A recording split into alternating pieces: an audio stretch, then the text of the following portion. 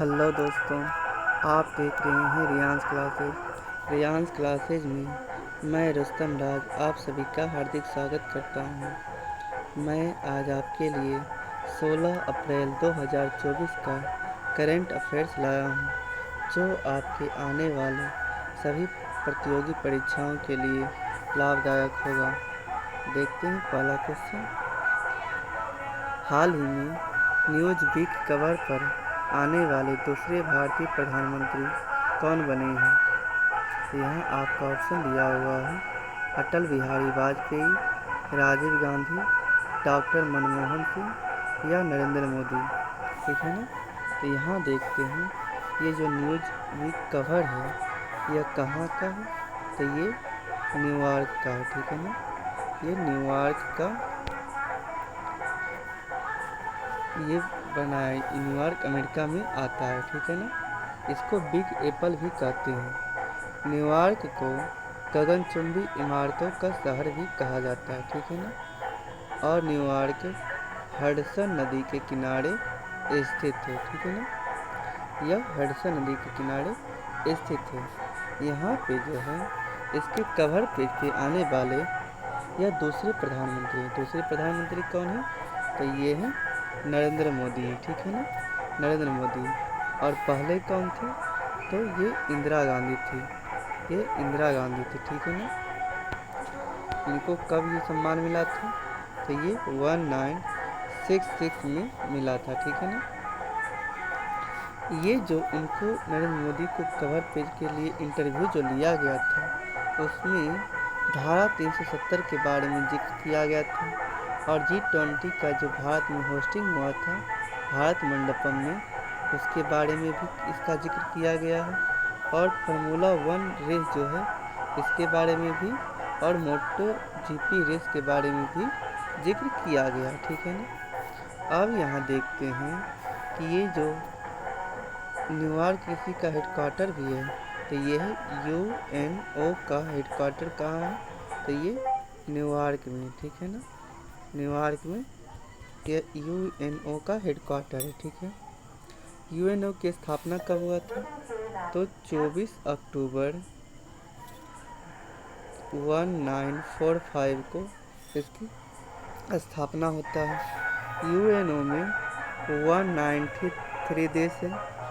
इसके 6 अंग हैं। और UNO का नवीनतम देश कौन सा है, तो दक्षिणी सूडान नवीनतम देश है। ठीक है ना। आगे बढ़ते हैं। इसमें आप लोग के लिए बारे में जानकारी है कि इसमें जो महत्वपूर्ण बातें जो रहती थी, महत्वपूर्ण क्वेश्चन, वो सबसे लास्ट में सब क्वेश्चन के ख़त्म हो जाने के बाद एक अलग से बना दिया गया। ठीक है ना, इसलिए टेंशन नहीं लेना है। आगे देखते हैं। प्लास्टिक ओवरशूट डे रिपोर्ट के अनुसार कुप्रबंधित प्लास्टिक कचरे के मामले में भारत को कौन स्थान मिला है? आपके ऑप्शन है पहला, दूसरा, तीसरा या चौथा। तो यहाँ देखते हैं ये प्लास्टिक ओवरशूट डे रिपोर्ट है, यह अर्थ एक्शन संस्था जो स्विट्जरलैंड है वह जारी करता है। ठीक है। तो कहाँ की संस्था जारी करता है, तो अर्थ ऑक्शन जो स्विट्जरलैंड की संस्था है वो जारी करता है। ठीक है। यहाँ पे देखते हैं प्लास्टिक का उत्पादन 2017 के बाद 7% का वृद्धि हुआ है। ठीक है ना। वर्तमान में यह 220 मिलियन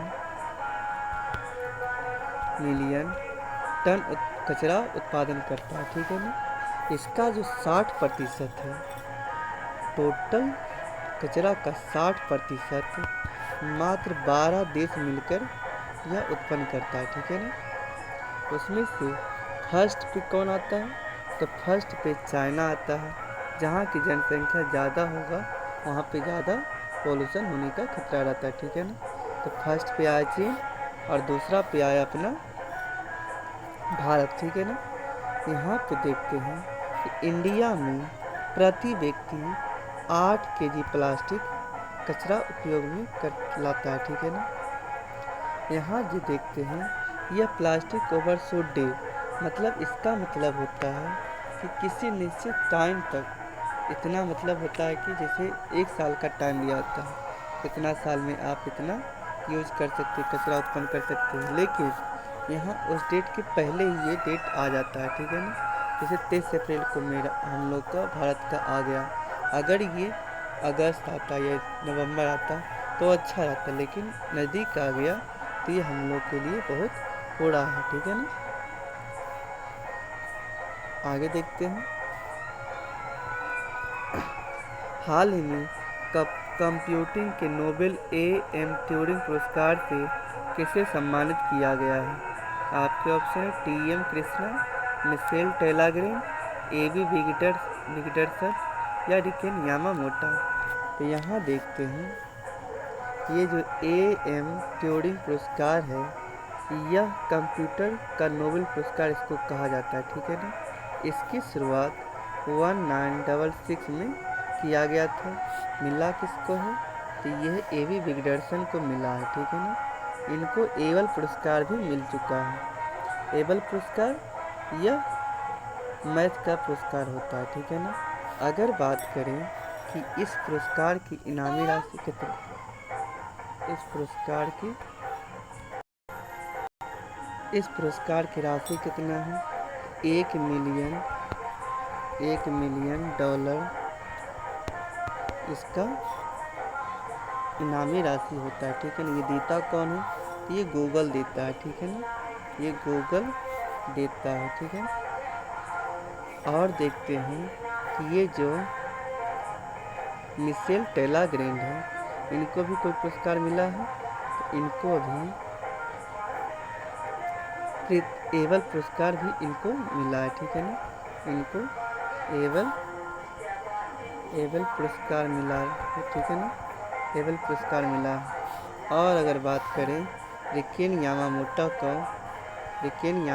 को तो ही प्रित्जर अवार्ड इसको मिला है।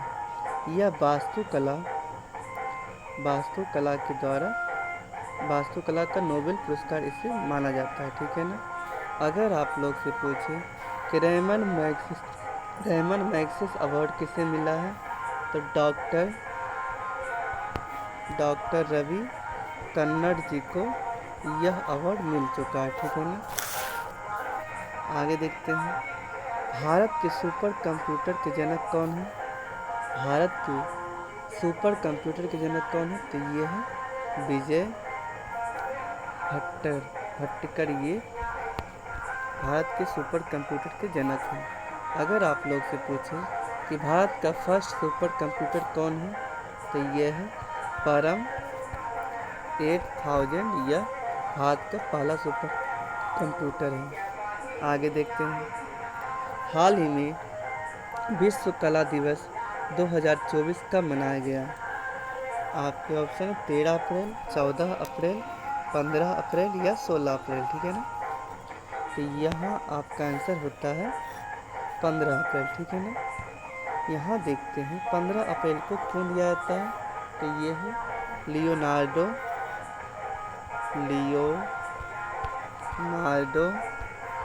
दा विंची का बर्थडे इस तारीख को होता है, इसलिए इस तारीख को विश्व कला दिवस मनाया जाता है, ठीक है ना। अगर कला की बात करें तो कला जो होता है योजक कड़ी होती है, ठीक है ना। इसे अपनी बात को किसी माध्यम से, चाहे वो भाषा हो, डांस हो या संगीत के माध्यम से जोड़ने का प्रयास करता है, ठीक है ना। यहाँ देखते हैं, कला जो होता है वो 3 क्षेत्र में होता है, ठीक है ना। एक भाषा होता है, ठीक है। भाषा का जिक्र अनुसूची 8 में किया गया, ठीक है ना। अभी वर्तमान में 22 भाषा है, ठीक है ना। 22 भाषा का जिक्र किया गया है, लेकिन पहले जिस टाइम संविधान लागू हुआ था उस टाइम मात्र 14 भाषाएं थी। यहाँ देखते हैं कि 15वीं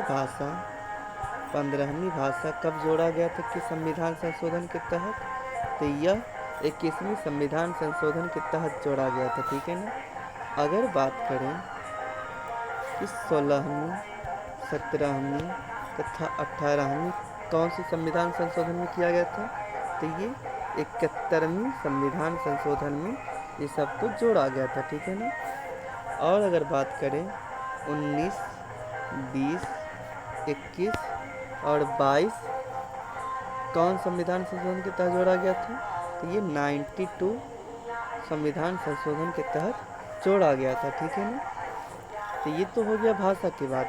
अब आता है डांस की बात, ठीक है ना। डांस की बात तो यहाँ देखते हैं हमारे देश में 8 शास्त्रीय नृत्य, ठीक है।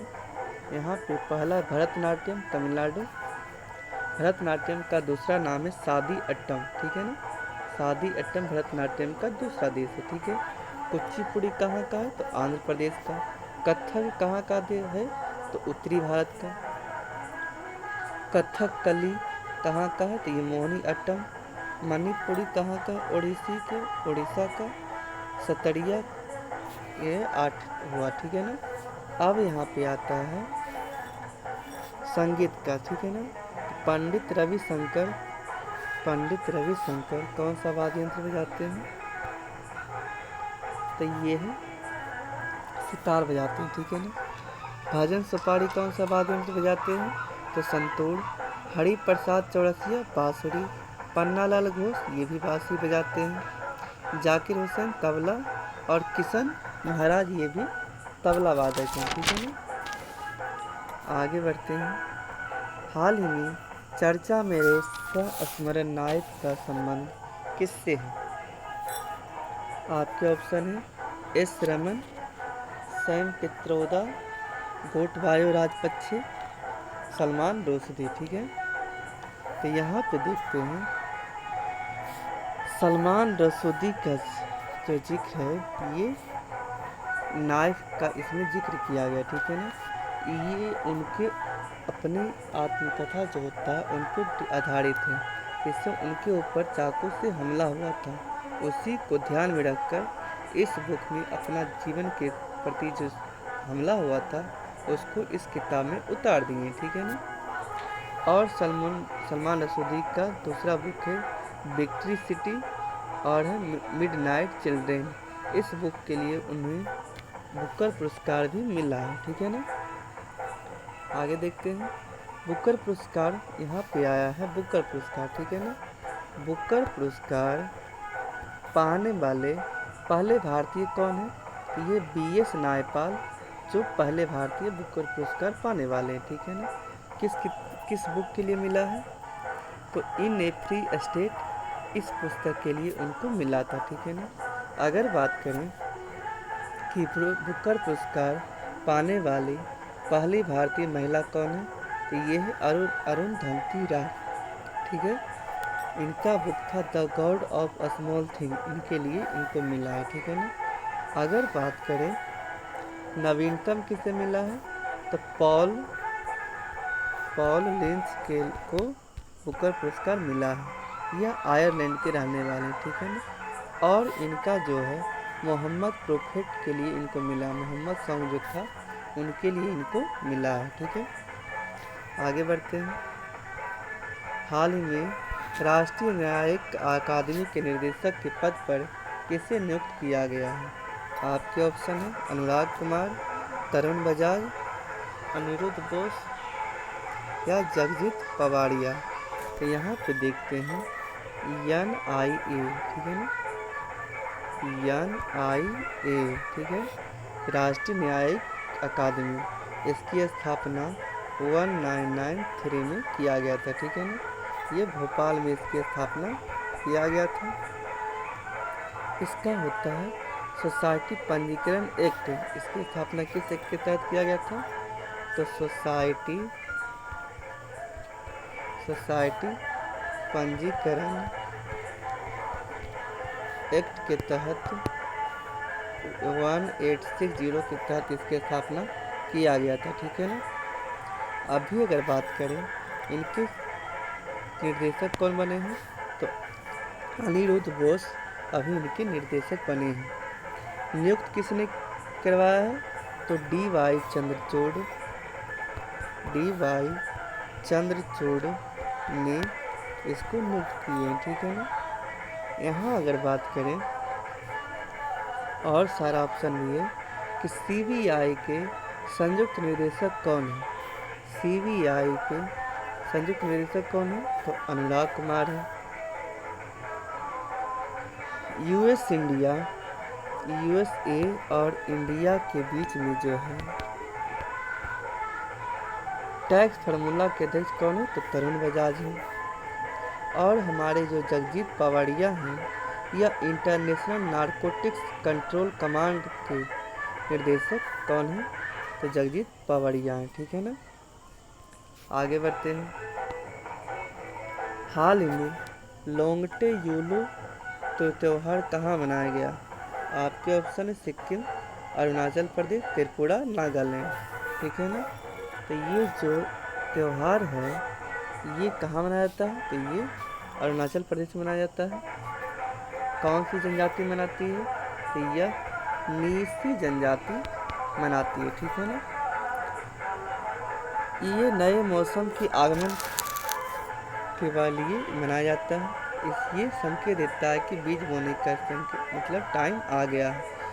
यह बांस से बने बाड़ जैसे मवेशियों से फसल की रक्षा करने के लिए इसको मनाया जाता है, ठीक है ना। नीसी जनजाति के बारे में कहा जाता है कि यह बिग बैंग थ्योरी के टाइम के पहले का जनजाति है, ठीक है ना। अगर यहाँ बात आया है बिग बैंग थ्योरी का, ठीक है ना, बिग बैंग थ्योरी का, तो ये थ्योरी किसने दिए हैं, तो ये जॉर्ज लेमेत्रिये देने वाले हैं, ठीक है ना, जॉर्ज लेमेत्रिये। यहाँ अगर बात करें आगे देखते हैं कुछ महत्वपूर्ण त्यौहार। गुड़ी पड़वा त्यौहार कहाँ का है, तो ये महाराष्ट्र का है, ठीक है ना। बिहू कहाँ का है, तो ये असम का है, ठीक है ना। आगे देखते हैं पोइला कहाँ का है, तो पोइला पश्चिम बंगाल का है, ठीक है, पश्चिम बंगाल का है। नवरेह कहाँ का, तो जम्मू कश्मीर का है। पुंथुरु कहाँ का है, तो ये तमिलनाडु का है, ठीक है ना। आगे देखते हैं ओनम कहाँ का है, तो ये केरल का है। बिशु कहाँ का, तो ये भी केरल का है। और गणगौर कहाँ का, तो ये राजस्थान का है, ठीक है ना। ये कुछ महत्वपूर्ण त्यौहार था। आगे देखते हैं अरुणाचल प्रदेश के बारे में हम लोग जानकारी हासिल करते हैं, ठीक है ना। तो सबसे पहले अरुणाचल प्रदेश की स्थापना कब हुआ था, तो अरुणाचल प्रदेश की स्थापना 20 फरवरी 1987 को इसकी स्थापना होती है। राजधानी इसकी ईटानगर है। जिला कितना, तो जिला 25 जिला है, ठीक है ना। राज्यपाल कौन है, तो लेफ्टिनेंट जनरल पटनायक साहब यहाँ के राज्यपाल हैं। सीएम कौन है, तो पेमा खांडू सीएम है। विधानसभा सीट कितना है, तो 60 है। राज्यसभा सीट तो 1। लोकसभा सीट कितना है, 2। हाई कोर्ट कहाँ है, तो गुवाहाटी। ये सब हुआ जो अरुणाचल प्रदेश के बारे में जानकारी हुआ, ठीक है ना। आगे देखते हैं हाल ही में 12वीं बार राष्ट्रीय कैरम का खिताब किसने जीता है। आपके ऑप्शन है रसीम कुमारी, बंदिता कौल, नजीमी वजीरी या सिफाली सरन। तो यहाँ आपका आंसर होता है नजीमी वजीरी, ठीक है ना। तो यहाँ पे आपका आंसर होगा रश्मि कुमारी, ठीक है ना। तो यहाँ जो हुआ है ये राष्ट्रीय कैरम का खिताब जो हुआ है होस्ट कहाँ हुआ है, इसका होस्ट करने वाला एमपी है, ठीक है ना, एमपी है। और ये कर्म कितना का है, तो ये 51 कर्म है, ठीक है ना। अगर महिला की बात करें तो ये रश्मि कुमारी जीती है, ठीक है ना। और अगर पुरुष की बात करें तो के श्रीनिवास जी राष्ट्रीय कैरम का अवार्ड जीतने वाले हैं, ठीक है ना। आगे देखते हैं हाल ही में आईपीएल इतिहास के सर्वोच्च टीम मतलब सर्वोच्च स्कोर किसने बनाया है, ठीक है ना। यहाँ पे देख लेते हैं कि आईपीएल हाल ही में आईपीएल इतिहास का सर्वोच्च स्कोर किस टीम ने बनाया है। तो यहाँ आपका ऑप्शन है royal Challengers, Sunriser Hyderabad, Rajasthan royal या मुंबई इंडियंस। तो ये बनाया है सनराइजर्स हैदराबाद। कितना है, तो ये 287 था। ठीक है, इन्होंने अपना ही रिकॉर्ड 277 का रिकॉर्ड तोड़ा है। ठीक है, आगे देखते हैं। हाल ही में नेपाल में यूपीआई भुगतान सेवा प्रारंभ करने के लिए ई सेवा और HAL पोखरा से समझौता किसने समझौता किया है। तो आपके ऑप्शन है फ़ोनपे, पेटीएम, रेजर पे, पीओ। तो यहाँ आपका आंसर होता है फ़ोनपे। ठीक है ना। इंडिया और नेपाल में जो है यह समझौता किया गया था। ठीक है ना। यूपीआई का फुल फॉर्म क्या होता है। यूपीआई का full form unified payment interface इसका फुल फॉर्म होता है। यह डिजिटल पेमेंट के लिए किया गया है। ठीक है ना। अब देखते हैं जो आप लोग के बताए थे कि लास्ट में दिया है। तो राष्ट्रीय और अंतर्राष्ट्रीय नियुक्तियों के बारे में हम लोग आज जानेंगे। ठीक है ना। तो मालदीव के नए राष्ट्रपति कौन है। तो मोहम्मद मुइज़ साहब मालदीव के नए राष्ट्रपति हैं। ठीक है। BRO के नए प्रमुख कौन हैं। तो रघु श्रीनिवासन BRO के नए प्रमुख हैं। ठीक है। BRO मतलब बोर्ड ऑफ ऑर्गेनाइजेशन। आगे देखते हैं न्यूजीलैंड के नए प्रधानमंत्री कौन हैं। तो ये क्रिस्टोफर लक्सन न्यूजीलैंड के नए प्रधानमंत्री हैं। आगे देखते हैं अमेरिकी प्रतिनिधि सभा का स्पीकर कौन है। तो ये है माइक जॉनसन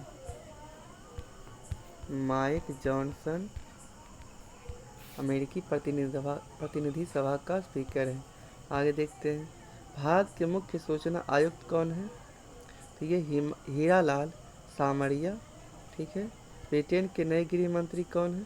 तो जेम्स क्लेवर्ली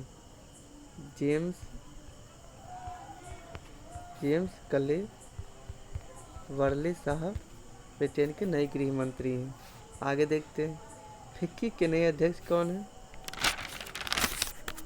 फिक्की के नए अध्यक्ष अनीस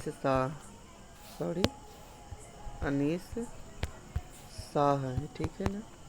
आगे देखते हैं जेवियर माइली कौन है। तो ये है अर्जेंटीना के राष्ट्रपति हैं। ठीक है ना। अब्दुल फतेह सीसी कौन है। तो ये मिस्र के राष्ट्रपति हैं। ठीक है ना। मिस्र के राष्ट्रपति हैं। आगे बढ़ते हैं केंद्रीय औद्योगिक सुरक्षा बल के निदेशक कौन है। तो ये IPS नीना सिंह। ठीक है ना। आगे बढ़ते हैं 16वें वित्त आयोग के नए अध्यक्ष कौन है। तो ये है अरविंद पनगड़िया साहब 16वें वित्त आयोग के अध्यक्ष हैं। आगे देखते हैं IPS रसीम शुक्ला ये महाराष्ट्र की पहली महिला DGP बनी है। ठीक है ना। आगे देखते हैं शेरिंग टोबैगो यह भूटान के नए PM हैं। आगे देखते हैं बिम्स्टेक के नए महासचिव यह इंद्रमणि पांडे हैं। आगे देखते हैं ग्रेवियल अटल यह फ्रांस के सबसे युवा समलैंगिक PM है। ठीक है ना। नए चुनाव आयुक्त तो यह है राजीव कुमार। नए चुनाव आयुक्त कौन है। तो राजीव कुमार। भारतीय दूरसंचार नियामक प्राधिकरण कौन है। तो ये है अनिल लोहाटी। कौन है। अनिल लोहाटी जी। ठीक है ना। आगे देखते हैं झारखंड के नए CM कौन है। तो चंपई सोरेन। अंतर्राष्ट्रीय न्यायालय के नए अध्यक्ष कौन है। तो नवाब सलाम। हरियाणा के नए मुख्यमंत्री कौन है। तो नायब सिंह सैनी हरियाणा के नए CM हैं। ठीक है ना। उत्तराखंड हाई कोर्ट की पहली महिला मुख्य न्यायाधीश कौन है? तो रितु बहरी है। ठीक है, आगे देखते हैं। भारत के नए लोकपाल कौन है? तो अजय मानिक राव भारत के नए लोकपाल हैं। आगे देखते हैं। हंगरी के नए राष्ट्रपति कौन है? तो तमस सुलियोक। भारतीय पैरालंपिक समिति के अध्यक्ष कौन है? देवेंद्र झांझड़िया भारतीय पैरालंपिक समिति के नए अध्यक्ष हैं। आगे देखते हैं। NCSC के अध्यक्ष कौन है? किशोर मकवाना। आगे देखते हैं। आयरलैंड के सबसे युवा प्रधानमंत्री कौन है? तो साइमन हैरिस। प्रसार भारती के नए अध्यक्ष कौन है? तो ये नवनीत सहगल। ठीक है, अगर वीडियो अच्छी लगे तो वीडियो को लाइक, चैनल को सब्सक्राइब और ज़्यादा से ज़्यादा अपने दोस्तों के पास शेयर करें ताकि वे सब भी आप सबके अपने चैनल रियांस क्लासेस से जुड़कर लाभ उठा सके। जय हिंद। थैंक यू दोस्तों।